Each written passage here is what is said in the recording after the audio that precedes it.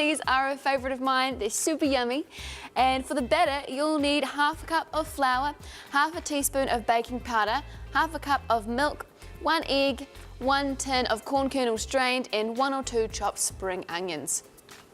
Let's get into it, shall we? Okay, pop your flour and your baking powder, all your dry ingredients in here, give them a bit of a whisk up, pop that aside.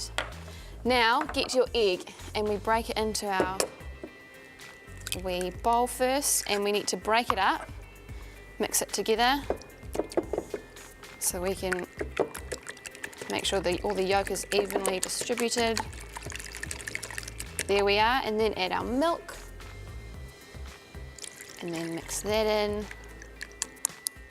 And then once we've got our wet and our dry mixtures, we're going to slowly add in the egg and milk mixture, kind of little bits at a time, just so we don't get it all lumpy, because if we kind of dump it in at once, it might get a little bit lumpy. So just go little bit by little bit.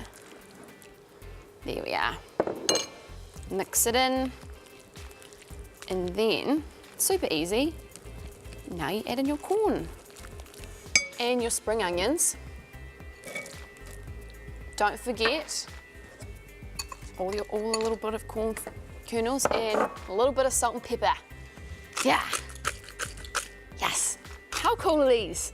Yes. I love them. Okay. Mix them together.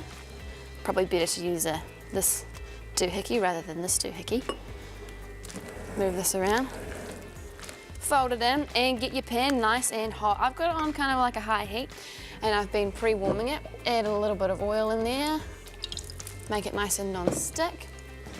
And then take this, pop them into nice little kind of frittery blobs. I'm going to do 3 in this pan, 1 more. And these will take about a couple minutes each side. So while they are nicely on the pan cooking away, I'm going to make some salsa to dip our corn fritters in. It's super yummy.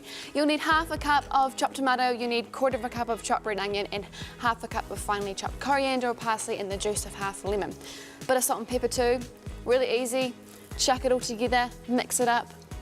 It'll be amazing, and that's what it looks like there. It's so delicious, fresh, really awesome colours. So after about kind of a couple minutes, you'll see that the skin will start to form at the bottom. Oh, look, it's already starting. Let's see if we can flip. Oh, yes. Flip again. Oh, 2 for 2. Oh no, hang on, we'll just separate you a little bit. 3 for 3. Come on. Oh no, this is going to be messy. Ah, not too bad. Let them cook for a bit longer and then serve them. And you can make them for your family, for breakfast, lunch or dinner. Go crazy.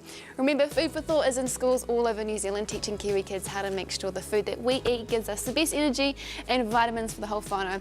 And it's all free thanks to New World.